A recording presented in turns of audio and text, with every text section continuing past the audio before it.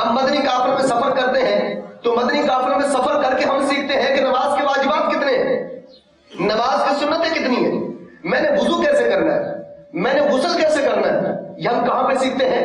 मदनी काफिले में सीखते हैं। दिल को सुकून चमन में है, नाला जार में सोजो गुदाज है फकत उनके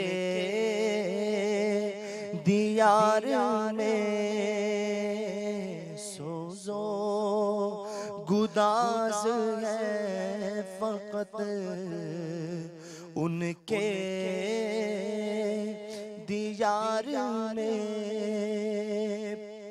पाऊं खुदा से आँख ऐसी आश्क बार में,